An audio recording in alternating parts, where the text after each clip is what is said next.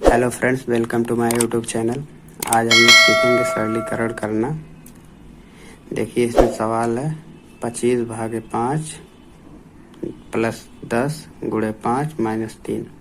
इस तरीके के सवाल को जो है सॉल्व करने के लिए आपको पहले बोडमस लॉ समझना पड़ेगा।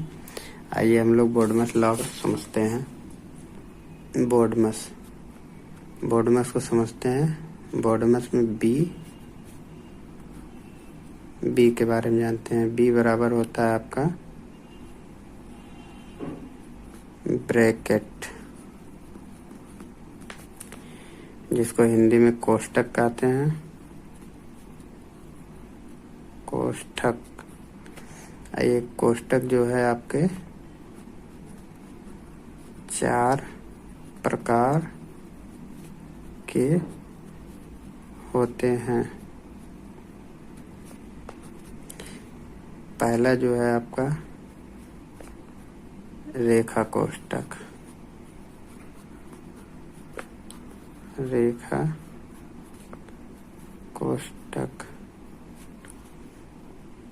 दूसरा आपका हो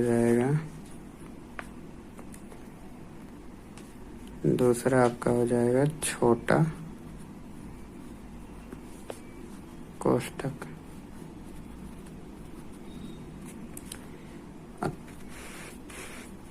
तीसरा कोष्ठक जो है आपका हो जाएगा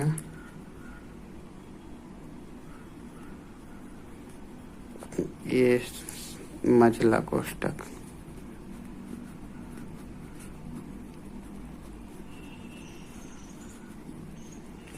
चौथा आपका हो जाएगा ये बड़ा कोष्ठक। इसमें बोडमस में जो है आप बी को तो समझ लिए हैं। अब आइए आगे देखते हैं। बी के बाद आपका आता है O D M A S. ये आपका पूरा बोडमस हो गया। ओ का जो है यहाँ पर हो जाएगा, ओ को ऑफ कहते हैं, जिसको हिंदी में का, जिसका ये निशान है आपका एक गुणे का निशान इसके जगह पे लगता है। जहाँ पर क्वेश्चन में का दिया रहेगा उसके जगह गुणे का निशान लगेगा। और डी का आपका हो जाएगा डिवाइड, इसको हिंदी में आप भाग कहेंगे। और भाग का जो है सिंबल ये है, इसको तो सभी लोग जानते हैं। यम जो है आपका मल्टीप्लाई हो जाएगा।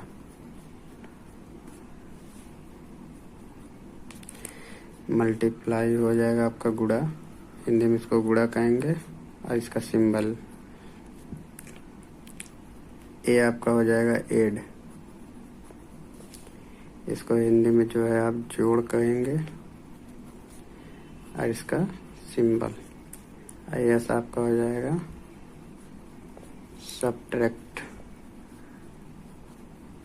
सब्ट्रैक्शन,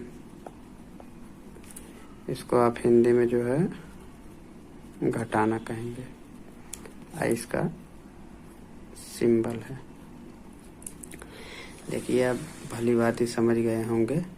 बी से होता है ब्रैकेट 4 प्रकार के होते हैं। पहला रेखा कोष्ठक, छोटा कोष्ठक, मझला कोष्ठक, बड़ा कोष्ठक। और ओ से होता है ऑफ, आपको हिंदी में का कहेंगे। का को जो है गुणे के निशान से दर्शाएंगे। डी से आपका होता है डिवाइड, भाग का सिंबल है। और मल्टीप्लाई गुणा का निशान। ऐड मतलब जोड़ होता है, जोड़ का निशान। और सब्ट्रैक्ट मतलब घटाना होता है, घटाना निशान। अब देखिए, आप इसको इस तरीके के जब सवाल आएंगे तो इसको इस क्रम में सॉल्व करेंगे। जब सरलीकरण के आपके पास सवाल आएंगे तो इसको आप इस क्रम में सॉल्व करेंगे। इस लाइन का जो है मतलब है कि आप पहले उसमें देखेंगे कि कोष्ठक है तो कौन सा कोष्ठक है। पहले आप रेखा कोष्ठक होगा तो उसको सॉल्व करेंगे, फिर छोटा होगा छोटे करेंगे, उसके बाद मझला, उसके बाद बड़ा कोष्ठक, उसके बाद ऑफ का नंबर आएगा, फिर डिवाइड, फिर गुणा, फिर से जोड़, अगले क्रम में घटाना। इसी क्रम में सवाल को सॉल्व करेंगे। तो हमारे पास सवाल है, आइए देखते हैं।